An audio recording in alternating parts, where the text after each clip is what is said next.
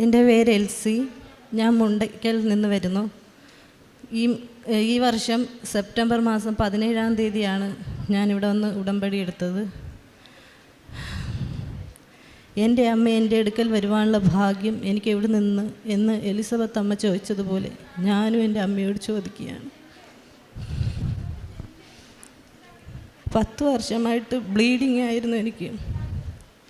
ഞാൻ കാണിക്കാത്ത ഡോക്ടേഴ്സില്ല, കഴിക്കാത്ത മരുന്നില്ല. അലോപ്പതി, ഹോമിയോ, ആയുർവേദം, പച്ചമരുന്ന് എന്ന് പറഞ്ഞ് എല്ലാ സ്ഥലങ്ങളിലും ഓടി. അയൽവാസികളൊക്കെ കളിയാക്കുമായിരുന്നു. കാസർഗോഡ് മുതൽ കന്യാകുമാരി വരെ പോയല്ലോ മരുന്നിന്, എന്തിനാ ചുമ്മാ അതിന് മരുന്നിനൊന്നും പറഞ്ഞ് ഓടുന്നതെന്ന് പറഞ്ഞ്. ബ്ലീഡിങ് വന്നാൽ മാസക്കണക്ക് ഇരിക്കും, മരുന്നില്ലാതെ പറ്റത്തില്ലായിരുന്നു. അനീമിക്കുമാകും, ആകെ ഒന്നും ചെയ്യാൻ പറ്റാത്ത അവസ്ഥയാണ്. വീട്ടിലെ കാര്യങ്ങളും എല്ലാം താളം തെറ്റും, ഒന്നും ചെയ്യാൻ പറ്റത്തില്ലായിരുന്നു. അമ്മയെടുത്ത് വന്ന് ഇവിടെ വന്ന് ഉടമ്പടി എടുത്ത് പോയി ആ മാസം മുതൽ ഇതുവരെ അമ്മ എന്നെ ആ ഒരു കാര്യത്തിൽ നിന്ന് സൗഖ്യം നൽകി അനുഗ്രഹിച്ചിരിക്കുക. 2020 എൻ്റെ മോള് ഈശോടത്തോട്ട് പോയി. 17 വയസ്സാകും 2 മാസം ഉണ്ടായിരുന്നുള്ളവർക്ക് ഓപ്പറേഷൻ്റെ ഇടയ്ക്ക് സംഭവിച്ചതാണ്. പ്രതീക്ഷിച്ചതുപോലുമല്ല. പെട്ടെന്ന് കൊറോണ സമയം കൂടിയായിരുന്നു. ആകെ വല്ലാതെയായി. 2016 മുതൽ സാമ്പത്തിക നഷ്ടവും ദാരിദ്ര്യവും പട്ടിണിയും എന്താണെന്നറിയില്ല, മാറി മാറി ദുരിതവും ദുരന്തവും മാത്രമേ ഉണ്ടായിരുന്നുള്ളൂ. ഒക്കെയും ഓരോന്ന് കഴിയുമ്പോൾ വിചാരിക്കും ഇത് തീരും, ഇത് അടുത്ത നല്ലത് ഈശോ തരും എന്നൊക്കെ വിചാരിക്കും. പക്ഷേ ഓരോന്ന് കഴിയുമ്പോൾ അടുത്തത് വരും. ഏറ്റവും വലുതായിരുന്നു മോള് വിട്ടുപോയി. ഈശോയെ സഹിക്കാൻ പറ്റത്തില്ലായിരുന്നു. എൻ്റെ കുടുംബം തന്നെ തകർന്നുപോയി. എനിക്ക് ഒന്നും ചെയ്യാൻ പറ്റത്തില്ലായിരുന്നു. വീട് താളം തെറ്റി, ഭക്ഷണമൊന്നും ചെയ്യാൻ പറ്റത്തില്ല. ഹോട്ടൽ ഫുഡാണ് കൂടുതലും.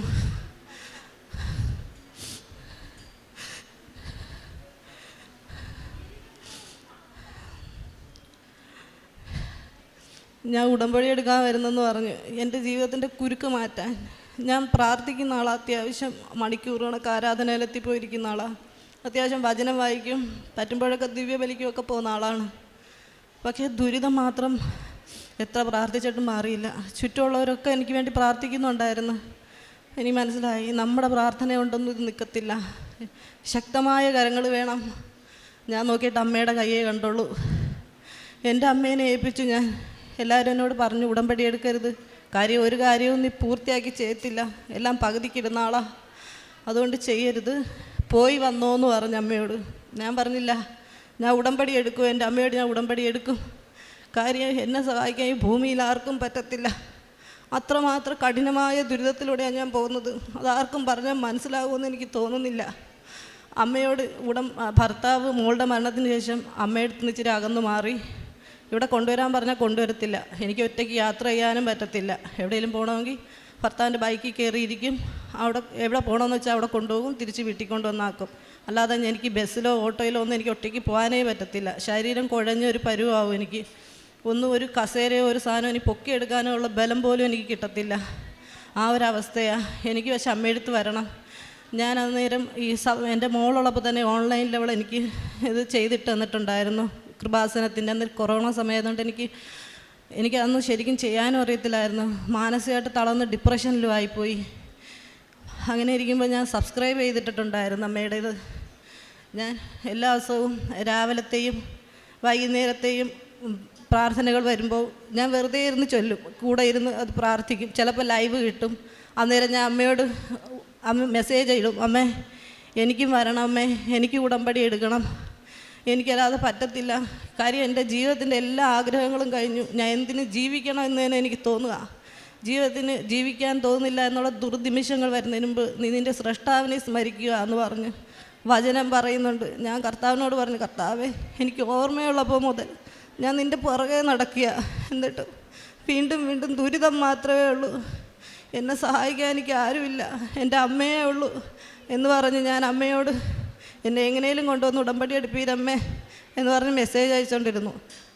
ശനിയാഴ്ച ആയപ്പോൾ എൻ്റെ ഭർത്താവ് എന്ന് പറഞ്ഞു, നീ ഒരു കാര്യം ചെയ്യ്, നീ ഒരുങ്ങിക്കോ, നാളെ നിന്നെ ഞാൻ കൊണ്ടുപോകാം. ഞാൻ ചോദിച്ചതുപോലുമില്ല. എന്നെ ഇവിടെ കൊണ്ടുവന്ന് ഉടമ്പടി എടുപ്പിച്ചു. ഉടമ്പടി എടുത്ത് ഞാൻ ഇവിടുന്ന് കാറിൽ ചെന്ന് കയറിയത് മാത്രമേ എനിക്കറിയാവുള്ളൂ. അന്നേരം മുതലേ അമ്മ എൻ്റെ കൂടെ ഉണ്ട്. എനിക്കൊരു കാര്യവും വിചാരിച്ചാൽ നടക്കാത്ത ആളാണ്. വർഷങ്ങളെടുക്കും, ചിലപ്പോൾ മാസങ്ങൾ, ചിലപ്പോൾ ആഴ്ചകളെടുക്കും, ഒരു കാര്യവും നടക്കില്ല. ഇപ്പം ഞാൻ വിചാരിക്കാൻ വേണ്ടി അമ്മ കാത്തിരിക്കുന്ന പോലെയാണ് എന്നെ സഹായിക്കാനായിട്ട്. ഞാൻ കൂടെ ഉണ്ട്, എന്നെ തോപ്പിച്ചിട്ടേ ഇനി നിന്നെ ആർക്കും തൊടാൻ പറ്റത്തുള്ളൂ എന്ന് പറഞ്ഞ് അമ്മ എന്നെ പൊതിഞ്ഞു പിടിച്ചിരിക്കുക. എൻ്റെ അമ്മ എൻ്റെ സംരക്ഷണമായിട്ട് എപ്പോഴും കൂടെയുണ്ട്. രാത്രി കാലങ്ങളിൽ ഞാൻ ഉറങ്ങത്തില്ലായിരുന്നു. 6 മണി 3 മണി വരെയൊക്കെ അലഞ്ഞു വിരിഞ്ഞ് നടക്കും. ബൈബിള് വായിക്കാനും മനസ്സില്ല, ഒരു മരവിപ്പാണ്. മറ്റേതെന്ന് പറഞ്ഞാൽ മണിക്കൂർ കണക്ക് ബൈബിൾ വായിക്കാൻ പറ്റും, ഒന്നിനും കഴിയത്തില്ല. ബൈബിളൊക്കെ എടുത്ത് കൈ പിടിക്കുമെങ്കിലും അവിടെ വെച്ചിട്ടിങ്ങനെ ഒരുമാതിരി ശവം പോലെ ഇരിക്കും ഞാൻ. എനിക്ക് 6 മണിയൊക്കെ ആവും ചിലപ്പോൾ ഞാൻ ഉറങ്ങാൻ പോകാനായിട്ട്. എല്ലാവർക്കും മനസ്സിലാവും ഒരു വീട്ടമ്മ ഇങ്ങനെ ആയാൽ വീടിൻ്റെ അവസ്ഥ എന്തായിരിക്കുമെന്ന്. കുളിയില്ല, നനയില്ല, പല്ലേപ്പില്ല, ഒരു ഭ്രാന്തിയുടെ അവസ്ഥ. നല്ലപോലെ വസ്ത്രം ധരിക്കില്ല, മുടിയൊന്നും ചെയ്യത്തില്ല. അമ്മയൊക്കെ എൻ്റെ അടുത്ത് പറയും, മോളെ നീ മുടിയെങ്കിലും ഒന്ന് ചെയ്യിക്കൂടെ നിനക്ക്. ഒരു വല്ലാത്ത അവസ്ഥ. ഇവിടുന്ന് ഉടമ്പടി എടുത്ത് അന്ന് രാത്രി ഞാൻ ഉറങ്ങാൻ തുടങ്ങിയതാണ്. ഇന്ന് വരെയും ഉറക്കമൊന്നും എൻ്റെ അമ്മ എനിക്ക് നഷ്ടപ്പെടുത്തിയിട്ടില്ല. ഒരു നോർമലായിട്ടുള്ള ഒരാൾ എന്തെല്ലാം ചെയ്യും അതെല്ലാം എനിക്കും ചെയ്യാൻ പറ്റും. ഇവിടുന്ന് യാത്ര കഴിഞ്ഞ് ഞാൻ പോയാൽ പോലും എനിക്ക് ഭക്ഷണം പാചകം ചെയ്യാൻ പറ്റും.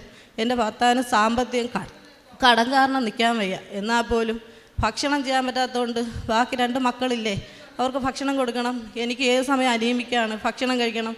ഹോട്ടലിൽ നിന്നാണ് ഫുഡ്, എപ്പോഴും ഹോട്ടലിൽ നിന്ന് ഫുഡ് കൊണ്ടുവരും. കാരണം എനിക്ക് ചെയ്യാൻ പറ്റത്തില്ല. എല്ലാവരും പറയും മടി കാരണം ചെയ്യാത്തതാണ്. പക്ഷേ എനിക്ക് പറ്റത്തില്ല. എന്നിട്ട് ശരം കുഴഞ്ഞു പോകും. ഞാൻ എഴുന്നേറ്റ് നിന്ന് അടുക്കളയിൽ പോയി ബ്ലീഡിങ് കാരണം ഒരു വക ചെയ്യാൻ പറ്റത്തില്ലായിരുന്നു. ഇതെൻ്റെ അമ്മയ്ക്ക് മാത്രമേ മനസ്സിലാവൂ, ഈ ലോകത്ത് ആർക്കും മനസ്സിലാവത്തില്ല. എൻ്റെ അമ്മ എന്നെ സഹായിച്ചതാ, അത് ഈ ഉടമ്പടിയിൽ മാത്രം നടന്നതാ. എൻ്റെ അമ്മ എന്നെ സഹായിച്ച് ഈശോയ്ക്ക് നന്ദി. ചേച്ചി 10 വർഷമായിട്ട് പല മരുന്നുകൾ കഴിച്ചു. ഈ മരുന്ന് കഴിക്കുമ്പോഴൊക്കെ എങ്ങനെയായിരുന്നു? കുറയുമായിരുന്നു?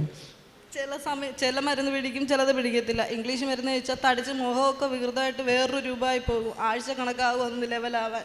മുഖമൊന്നും റെഡി ആവത്തേ ഇല്ലായിരുന്നു. ഉടമ്പടി എടുത്തതിന് ശേഷം എത്ര നാൾ കഴിഞ്ഞാണ് സൗഖ്യം കിട്ടിയത്? ഉടമ്പടി എടുത്ത് ആ മാസം മുതൽ എനിക്ക് കറക്റ്റ്, ഞാൻ ചെറുപ്പത്തിൽ എനിക്ക് വരുമ്പോൾ എങ്ങനെ ഏതെല്ലാം സിംറ്റംസിലൂടെയാണ് വരുന്നത് അതുപോലെയൊക്കെ കറക്റ്റായിട്ട് വരാൻ തുടങ്ങി. ഈശോ തൊട്ട് സുഖപ്പെടുത്തിയ ഒരു അനുഭവമാണ്. രക്തസ്രാവക്കാരിയെ സുഖപ്പെടുത്തുന്ന സംഭവം നമ്മൾ ബൈബിളിൽ വായിക്കുന്നുണ്ട്. ആ സ്ത്രീ 12 വർഷമായിട്ട് രക്തസ്രാവം മൂലം കഷ്ടപ്പെട്ടു. പല ആളുകളെ, പല വൈദ്യരെ കണ്ടു. രോഗം കൂടുകയല്ലാതെ കുറഞ്ഞില്ല. ഒത്തിരി സാമ്പത്തികമായിട്ടൊക്കെ മുടക്കിയിട്ടും ഫലമുണ്ടായില്ല.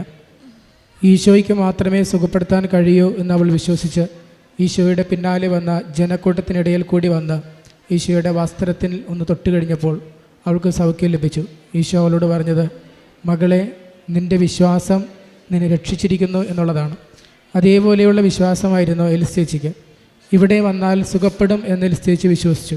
മറ്റുള്ളവരെയൊക്കെ തടസ്സപ്പെടുത്തുമ്പോഴും എലിസേച്ചി പരിശുദ്ധ മാതാവിൽ വിശ്വസിച്ചു. ഈശോ അമ്മയിലൂടെ ഇത് ചെയ്തു തരും എന്ന് വിശ്വസിച്ചു. ഇപ്പോൾ ഉടമ്പടി എടുക്കാനായിട്ട് മറ്റുള്ളവരെ എന്നെ തടസ്സപ്പെടുത്തിയ സമയത്ത് ചേച്ചിക്ക് ഇങ്ങനെ ഉടമ്പടി എടുക്കാൻ പ്രചോദനം എന്തായിരുന്നു? മറ്റുള്ളവർ തടസ്സപ്പെടുത്തിയ സമയത്തും ചേച്ചിക്ക് ഉടമ്പടി എടുക്കാൻ പറ്റുമെന്ന് മനസ്സിൽ വിചാരിച്ചല്ലോ. എനിക്കിവിടെ വന്ന് എടുത്താലേ, എൻ്റെ അമ്മയുടെ അടുത്ത് വന്നാലേ എനിക്ക് മാറത്തുള്ളെന്ന് ഉള്ളിൽ നിന്ന് ഒരു വിശ്വാസം എന്നെ വന്നുകൊണ്ടേയിരുന്നു. എനിക്ക് അമ്മയടുത്ത് എന്നെ വരണമെന്ന് തോന്നി. കാര്യം വേറെ ശക്തമായിട്ടുള്ള ഒരു കാര്യങ്ങളും എനിക്ക് മുമ്പിൽ കണ്ടില്ല. അമ്മയേ ഉള്ളൂ എൻ്റെ ആശ്രയം. ഒരു തളർന്നൊരു അവസ്ഥയായിരുന്നു. നമ്മളിൽ പലർക്കുമൊക്കെ പ്രതിസന്ധികളുടെ സമയങ്ങളിൽ വരുന്നൊരവസ്ഥയാണ്. പ്രാർത്ഥിക്കുന്നു, എന്നാൽ പ്രാർത്ഥന കേൾക്കുന്നില്ല, ദുരിതം മാറുന്നില്ല എന്ന് പറയുന്ന പോലത്തെ അവസ്ഥയിലൂടെ എലിസേച്ചി കടന്നുപോയി. ആ ദുരിതത്തിൻ്റെ വേദനയുടെ കഠിനമായ അവസ്ഥയാണ്. ഒന്നും ചെയ്യാൻ പറ്റുന്നില്ല എന്നുള്ളത്. ഫുഡ് പോലും വെക്കാൻ പറ്റില്ല, ഹോട്ടലിൽ നിന്ന് വാങ്ങണം എന്നുള്ള അവസ്ഥ. ഇപ്പോൾ ഒറ്റയ്ക്കൊക്കെ എത്ര വേണമെങ്കിലും ദൂരെ പോകാമോ? ഇപ്പോൾ ഒറ്റയ്ക്ക് എത്ര ദൂരെ വേണമെങ്കിലും പോകാമോ? ഈശോ ധൈര്യം കൊടുത്തു എന്നുള്ളതാണ്. ഭയമൊക്കെ മാറി. ഇതിൽ ഈ പള്ളിയിൽ പോകുമ്പോഴുള്ള കാര്യം എഴുതിയിട്ടുണ്ടല്ലോ, ഷെഡിൽ. ഞാൻ 19 വർഷമായിട്ട് മക്കൾ കുഞ്ഞായിരുന്നപ്പോൾ തൊട്ടേ പള്ളിയുടെ ചാപ്പലാണ്, മാർബിൾ തറയിട്ട പുറത്ത് ഷെഡിൽ മണ്ണ് വിരിച്ചിട്ടാണ്. അപ്പോൾ എനിക്ക് അകത്ത് പള്ളി കയറിയിരുന്ന് കുർബാന ഇടാൻ പറ്റത്തില്ല, കാല് പെട്ടെന്ന് വെരുക്കും. പിന്നെ എഴുന്നേറ്റ് കുർബാന എടുക്കാൻ വേണമെങ്കിൽ ഞാൻ വീണ് പോകും. അതുകൊണ്ട് 19 വർഷമായിട്ട് ഞാൻ മണ്ണിലിരുന്ന കുർബാന കാണുന്നത്. ഇവിടുന്ന് ഉടമ്പടി എടുത്ത് വെളുപ്പിനെയൊന്നും എനിക്ക് എഴുന്നേക്കാൻ പറ്റുന്ന ആളല്ല. എനിക്ക് പള്ളിയിൽ കുർബാന കേൾക്കാം വീട്ടിലിരുന്ന, എന്നാലും പോകാൻ പറ്റത്തില്ല. ഞാൻ അമ്മയോട് സങ്കടം പറയും, തൊട്ടടുത്ത് കുർബാന നടന്നിട്ടൊന്നും പോകാൻ പോലും പറ്റുന്നില്ലല്ലോ അമ്മയെന്ന്.